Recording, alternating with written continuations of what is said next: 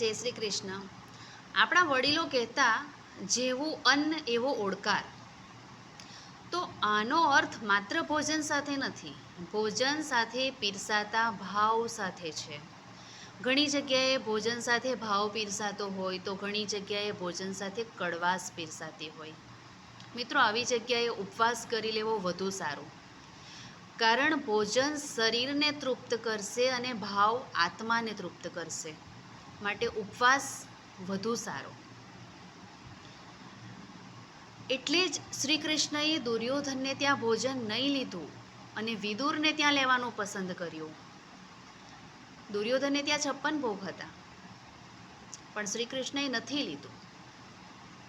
માટે જ ભોજન સાથેનો ભાવ મહત્વનો છે.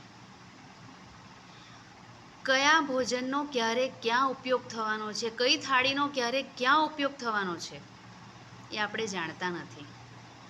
એટલે જ ઘણીવાર આપણો ઉપવાસ વધુ સારો.